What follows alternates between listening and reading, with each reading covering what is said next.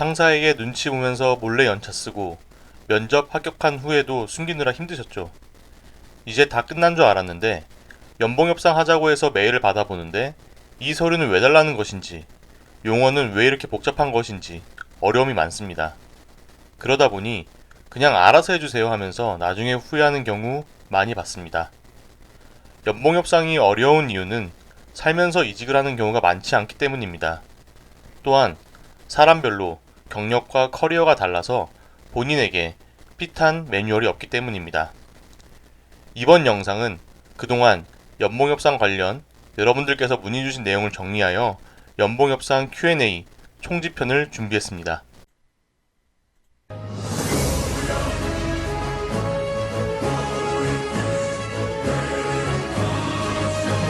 오늘의 내용은 간략하면서도 많은 내용을 다룰 예정입니다. 그래서 본인에게 필요하신 내용을 선택적으로 접근하시면 될 것 같습니다.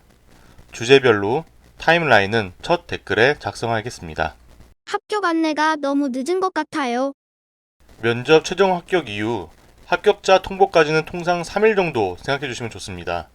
사실 90% 이상의 면접은 면접 직후 합격자가 결정이 되지만 평판조회, 채용검진, 인성검사 등을 고려하면 일정 시간이 더 필요합니다. 또한 담당 임원이나 담당자 부재 등의 사유도 겹칠 수 있습니다. 넉넉하게 일주일은 기다려주시는 것을 추천드립니다. 먼저 연락을 한다고 혹은 연락을 하지 않는다고 합격, 불합격이 달라지진 않습니다. 연봉 협상하면서 연락하는 것은 메일이 좋을까요? 전화가 좋을까요? 메일이나 문자는 근거가 남고 전화는 통상 녹취를 많이 하지 않습니다. 그래서 나에게 유리한 것은 메일로, 조금 불리한 것은 전화로 하는 것이 좋습니다.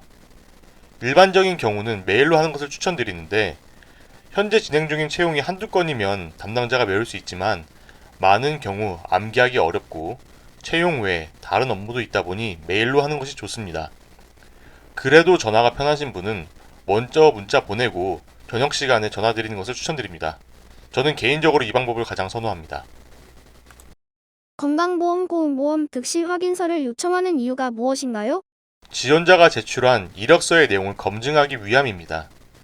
해당 서류를 보면 지원의 경력이 실제인지 허위인지 알 수 있으며 특수한 경우 파견직 여부도 확인이 가능합니다. 또한 근무 기간도 파악이 가능하며 이때 육아휴직 기간은 근무 기간에 포함돼서 나옵니다. 즉 별도로 구분되지 않습니다. 간혹 계약직이나 정규직 여부를 민감하게 받아들이시는 리더들이 있어서 이력서 작성 시에 정확하게 작성하셔야 합니다. 연봉 확인서, 급여 명세서를 요청하는 이유는 무엇인가요? 그것을 보고 어떻게 연봉을 산정하나요? 연봉 상정을 위해 요청드린 가장 중요한 서류입니다. 상세한 내용은 제 채널 영상 중에서 내 연봉은 어떻게 산정되는가를 참고해 주시면 좋습니다. 이 부분은 담당자 입장에서 설명드리는 것이 이해를 쉽게 할 수 있을 것 같습니다. 해당 서류를 요청하는 것은 연봉을 기본급, 상여금, 성과금 등으로 구분하기 위함입니다. 기업마다 연봉을 산정하는 방식이 다르다 보니 이를 분석함에도 노력이 필요합니다. 연봉 확인서에 A님의 2022년도 연봉이 땡땡땡이고 이 중 기본금이 얼마, 상여가 얼마, 성과금이 얼마입니다. 라고 나와주면 채용 담당자 입장에서는 매우 감사한 일입니다. 그러나 그런 일은 거의 없습니다. 그래서 3에서 6개월 단위의 월급 명세서도 요청한 것입니다. 이를 통해서 기본급을 유추할 수 있기 때문입니다. 그 과정에서 포괄임금제로 인한 고정 OT 비용이 있는지, 평가 결과와 무관한 비용, 직무수당 등을 종합적으로 확인합니다. 이러한 분석에도 불구하고 아주 간혹 파악이 어려운 경우의 기업이 있습니다. 그럴 때에는 당사에 재직 중인 해당 기업 출신 인원에게 문의하고 그마저도 답이 안 나온다면 지원자에게 해당 항목에 대한 설명을 요청하는 경우가 많습니다. 가끔 혹시 우리 회사 인사팀에 전화하는 거 아니냐 라고 문의하시는 분이 있으십니다. 만일 그렇게 연락을 하면 서로 피곤해지기 때문에 지양하고 있습니다. 이렇게 파악한 내용을 토대로 연봉안을 구성하고 내부 보고 후에 지원자에게 안내하여 연봉 협상을 하는 것이 일반적입니다. 헤드헌터를 끼고 지원하면 불이익이 있나요? 헤드헌터를 끼고 지원한다고 하여도 지원자에게 불이익은 없습니다. 헤드헌터를 통해 최종 합격을 하면 수수료, 일반적으로 연봉의 약 20% 수준을 회사가 헤드헌터에게 지급합니다. 따라서 지원자가 금전적으로 부담할 내용은 없습니다. 기업이 헤드헌터를 통해서 공고를 의뢰하는 경우는 첫 번째, 지원자가 적을 것이 예상이 되거나 두 번째, 해당 포지션이 일반적으로 구인하기 어려울 때입니다. 통상 회사 홈페이지를 통한 서류 접수 이후에 헤드헌터의 서류 접수 내용을 받아서 추가 서류 전형을 검토하고 있습니다. 일부 헤드헌터는 지원서 작성 등에 도움을 준다고 알고 있습니다. 하지만 기업에서는 헤드헌터를 통한 지원 여부는 가감정에 영향을 미치는 경우가 적으므로 크게 신경 쓰지 않아도 됩니다. 평판 조회 진짜 하나요? 평판 조회는 안 하는 경우가 더 많습니다. 주로 차장 이상의 직급은 하는 편이고 그 이하는 잘 하지 않습니다. 이에 대한 상세한 내용은 이전에 업로드한 평판 조회 편을 보시면 좋습니다.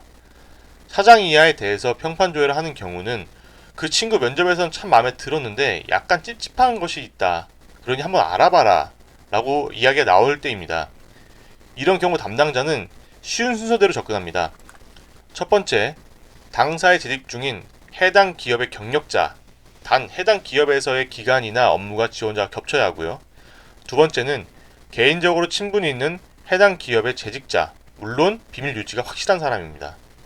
세 번째는 외부 전문 업체를 사용하고 있습니다.